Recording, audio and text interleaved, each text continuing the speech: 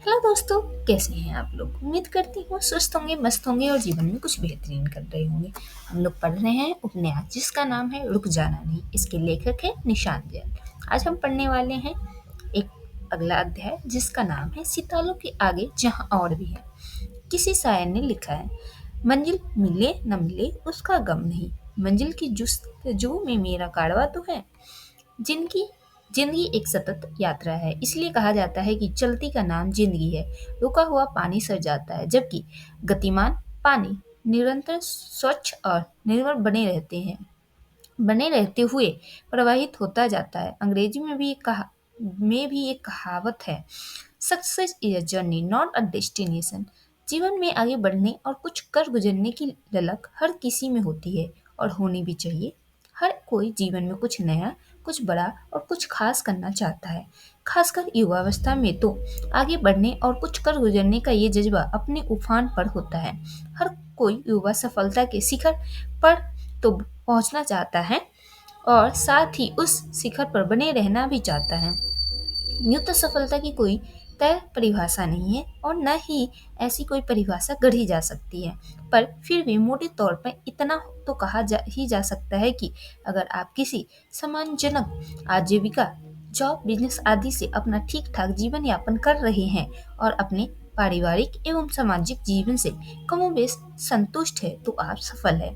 अगर आपकी अपने काम या स्वभाव व्यवहार के चलते अच्छी प्रतिष्ठा और पहचान भी है तो सोने पर सुहागा। इसके साथ अगर आप निजी जीवन और अंत मन के स्तर पर भी शांत और सहज है तो आपसे खुश और सफल शायद ही कोई हो। यहाँ मुझे मांजलो का आवश्यकताओं का पिरामिड, माज्लो नीड हायरार्की थ्योरी ध्यान आता है। इस दिलचस्प पिरामिड में 5 आवश्यकताएं शामिल है। सबसे बुनियादी आवश्यकता है दैहिक आवश्यकता, जैसे भूख, प्यास आदि। मनुष्य की इस बुनियादी जरूरत की पूर्ति के बाद नंबर आता है सुरक्षा की आवश्यकता का, यानी व्यक्ति उसके भीतर डर पैदा करने वाली स्थितियों से निपट सके। इसके बाद तीसरी महत्वपूर्ण आवश्यकता है प्रेम और लगाव, अटैचमेंट की। इसमें रिलेशनशिप और साथ निभाने टुगेदरनेस की जरूरतें शामिल है। इन तीनों जरूरतों की पूर्ति के बाद जो जरूरत व्यक्ति को महसूस होती है वो है आत्मसम्मान और सार्थकता के एहसास की। सबसे अंत में आती है आत्मानुभूति आत्मानुभूति की आध्यात्मिक आवश्यकता। आदर्श स्थिति यह हो सकती है कि यदि कोई व्यक्ति 4 आवश्यकताओं कमोबेश पूरी कर कभी कभी 5वीं आवश्यकता के करीब पहुंच जाता है तो वो सफल है। व्यवहारिक रूप में अगर आप ज्यादा महत्वाकांक्षी नहीं हैं और आप इनमें से शुरू के 3 आवश्यकताओं भी पूरी कर लेते हैं तो आप जीवन में ठीक ठाक सफल माने जा सकते हैं। ऊपर लिखी हुई सफलता के लक्षणों को पाने के लिए जीवन में कोई खास पद प्राप्त करना जरूरी नहीं है। कोई व्यक्ति चाहे वो नौकरी पेशा हो या व्यवसायी, खेती किसानी से जुड़ा हो या अधिकारी, पत्रकार हो या शिक्षक, वो उक्त आवश्यकताओं की पूर्ति कहीं भी रह कर सकता है और तमाम लोग ऐसा करते भी हैं। सफलता की इस चर्चा के बीच अगर भारत की हिंदी पट्टी के लाखों युवाओं के विशेष संदर्भ में बात करें तो प्रतियोगी परीक्षाएं IIT, NEET, CLAT, CAT, JET, JRF और यूपीएससी आदि उत्तीर्ण करना या उनमें टॉप करने का सपना लगभग हर युवा की आंखों में तैरता देखा जा सकता है। तमाम करियर विकल्पों की मौजूदगी के बावजूद सिविल सेवा परीक्षा आईएएस उत्तीर्ण कर अधिकारी बनने का जबरदस्त चाम युवाओं में है। सरकारी सेवा में बढ़ती चुनौतियों और जवाबदेही के बावजूद यह आकर्षण घटा नहीं है, बल्कि अब यह आकर्षण देश के लगभग सभी हिस्सों में फैल सा गया है। पहले जहाँ सिविल सेवाओं के अधिकारी यूपी, बिहार से अत्यधिक संख्या में चुने जाते थे, वहीं अब पूर्वोत्तर और गुजरात और जम्मू कश्मीर जैसे राज्यों से भी अधिकारी सिलेक्ट हो रहे हैं। राजस्थान, तमिलनाडु, कर्नाटका, महाराष्ट्र आदि राज्यों से प्रतिवर्ष काफी युवा आईएएस आदि सिविल सेवाओं में एंट्री ले रहे हैं। इन सिविल सेवाओं में कुछ तो ऐसा है जो हर आय वर्ग, हर जाति, धर्म, हर क्षेत्र, भाषा के लोगों को अपनी ओर खींचता है।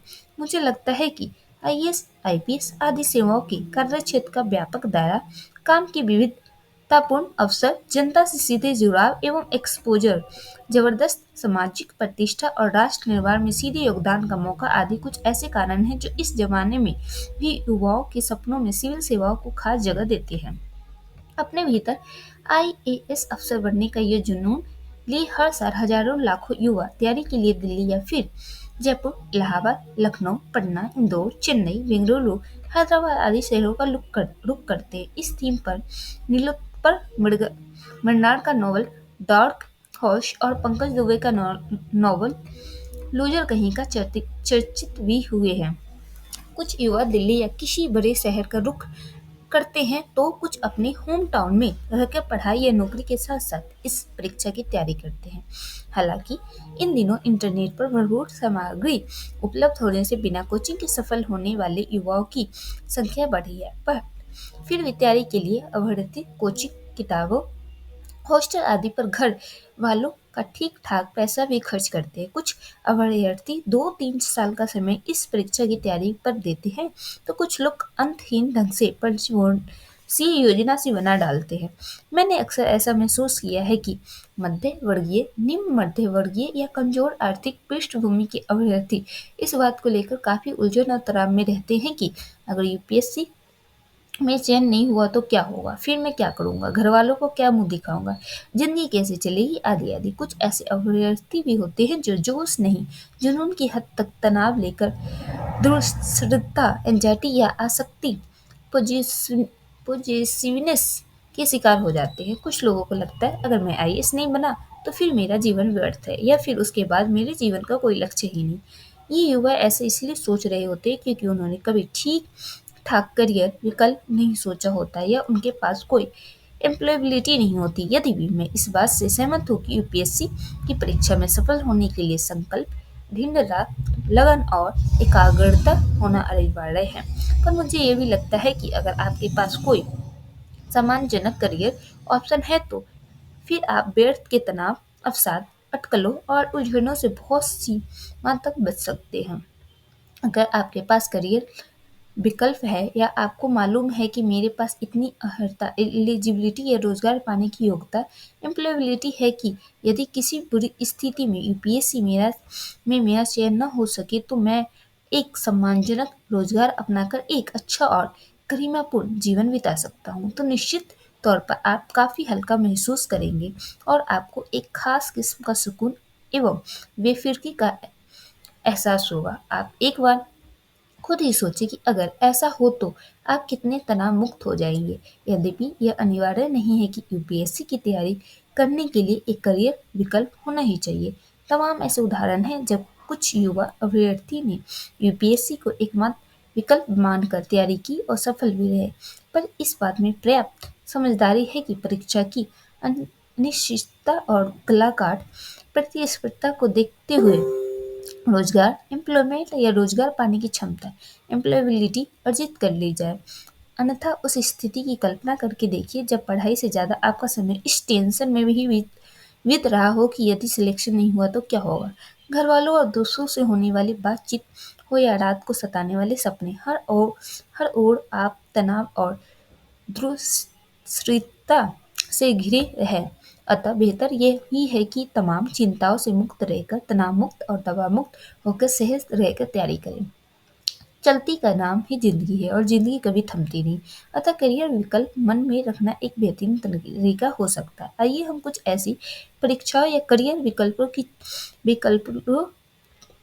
विकल्पों की चर्चा करते हैं जिन्हें आप अपने यूपीएससी की तैयारी के साथ साथ या सफल न हो सकने की दशा में अपनाकर एक बेहतर जीवन बिता सकते हैं। इसी को बैकअप प्लान भी कहते हैं। एक मशहूर कहावत भी है, don't put all eggs in one basket, यानी सारे रास्ते एक ही विकल्प तक सीमित करके नहीं रखने चाहिए। लिहाजा जरूरी है कि आप अपनी अभिरुचियों, महत्वाकांक्षाओं और योग्यताओं के अनुरूप वैकल्पिक करियर विकल्प भी तलाश लें।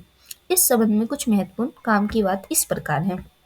यूपीएससी की अन्य प्रतियोगी परीक्षा, सिविल सेवा परीक्षा के अभ्यर्थी अपनी अहंता, एलिजिबिलिटी और अभिरुचि, एप्टीट्यूड के अनुरूप संघ लोक सेवा आयोग द्वारा प्राय प्रतिवर्ष आयोजित की जाने वाली अन्य प्रतियोगी परीक्षाओं जैसे भारतीय वन सेवा, IFOS भारतीय इंजीनियरिंग सेवा, IES भारतीय सांख्यिकी सेवा, ISS भारतीय आर्थिक सेवा, IES केंद्रीय चिकित्सा सेवा, CMS स्पेशल क्लास रेलवे अपेटिक्स, SCRA केंद्रीय पुलिस बल सहायक कमांडेंट, CAPF आदि की परीक्षा दे सकते हैं। उपयुक्त सभी परीक्षा भारत सरकार की ग्रुप ए सेवाएं हैं जो एक बेहद प्रतिष्ठित एवं चुनौतीपूर्ण कैरियर विकल्प उपलब्ध कराती है। राज्य लोक सेवा आयोग स्टेट PSC एस की परीक्षा भारत के राज्यों के लोक सेवा आयोग भी अपनी राज्य सेवा परीक्षा आयोजित करने के साथ साथ ग्रुप ए एवं ग्रुप बी के विभिन्न राजपत्रित गैर राजपत्रित पदों के लिए परीक्षाएं आयोजित करते हैं।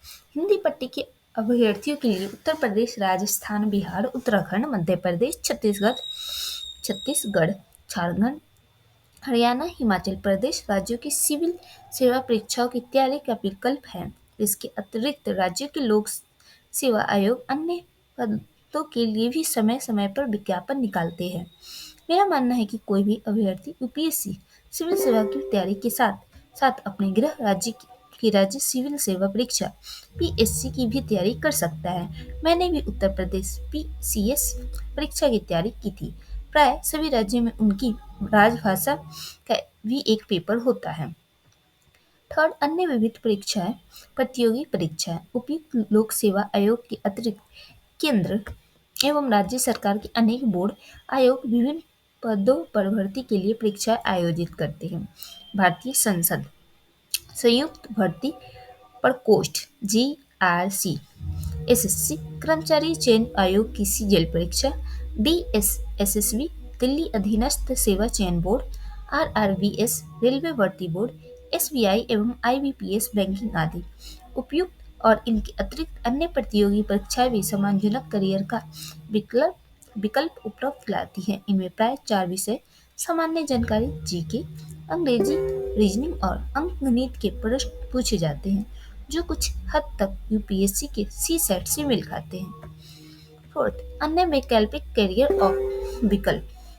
सिविल सेवा परीक्षा की तैयारी के इच्छुक या उसका बैकअप प्लान तैयार कर रहे अभ्यर्थियों के लिए अन्य आकर्षक करियर विकल्प है। UGC नेट GRF शिक्षण एवं शोध कार्य, यह एक बेहद सम्मानजनक करियर है। नेट पास कर आप यूनिवर्सिटी या कॉलेज में असिस्टेंट प्रोफेसर के लिए आवेदन कर सकते हैं। GRAF भी पास होने पर रिसर्च, MPhil, PhD के लिए फेलोशिप मिलती है। मीडिया एवं जनसंचार दूसरा, विज्ञापन एवं जनसंपर्क, रेडियो एवं टीवी, भाषांतरण, अनुवाद एवं क्रिएटिव राइटिंग। आप स्वयं उद्यमी बनकर अपना व्यवसाय भी कर सकते हैं और दूसरों को रोजगार देकर राष्ट्र निर्माण में अपनी भूमिका अदा कर सकते हैं। एक अन्य उभरता हुआ करियर विकल्प है समाज कार्य, सोशल वर्क। आप किसी अच्छे NGO से जुड़कर या पार्ट टाइम जॉब करके न केवल कुछ अर्जित कर सकते हैं बल्कि समाज के विकास में अपना योगदान भी दे सकते हैं। अनेक अभ्यर्थी मुख्य परीक्षा देने के बाद और इंटरव्यू से पहले सामाजिक अनुभव प्राप्त करने के लिए समाज सेवा से जुड़ भी जाते हैं। Next, diploma, post graduation, research या आगे की पढ़ाई। कुछ अभ्यर्थी सिविल सेवा परीक्षा की तैयारी के दौरान या उसके बाद डिस्टेंस एजुकेशन के माध्यम से अपनी आगे की पढ़ाई भी जारी रखते हैं। इसमें 3 फायदे होते हैं। पहला, आप अपने खाली माने जाने वाले वर्षों का प्रोफाइल तैयार कर पाते हैं। दूसरे, अपने ऑप्शनल सब्जेक्ट या GS में भी मदद मिलती है। और तीसरा, डिग्री डिप्लोमा प्राप्त हो जाने से एम्प्लॉयबिलिटी एवं आत्मविश्वास बढ़ता है। मैंने भी इग्नू से PGDT अनुवाद में स्नातकोत्तर डिप्लोमा प्राप्त किया था। उसके बाद संसद में ट्रांसलेटर की नौकरी भी की थी।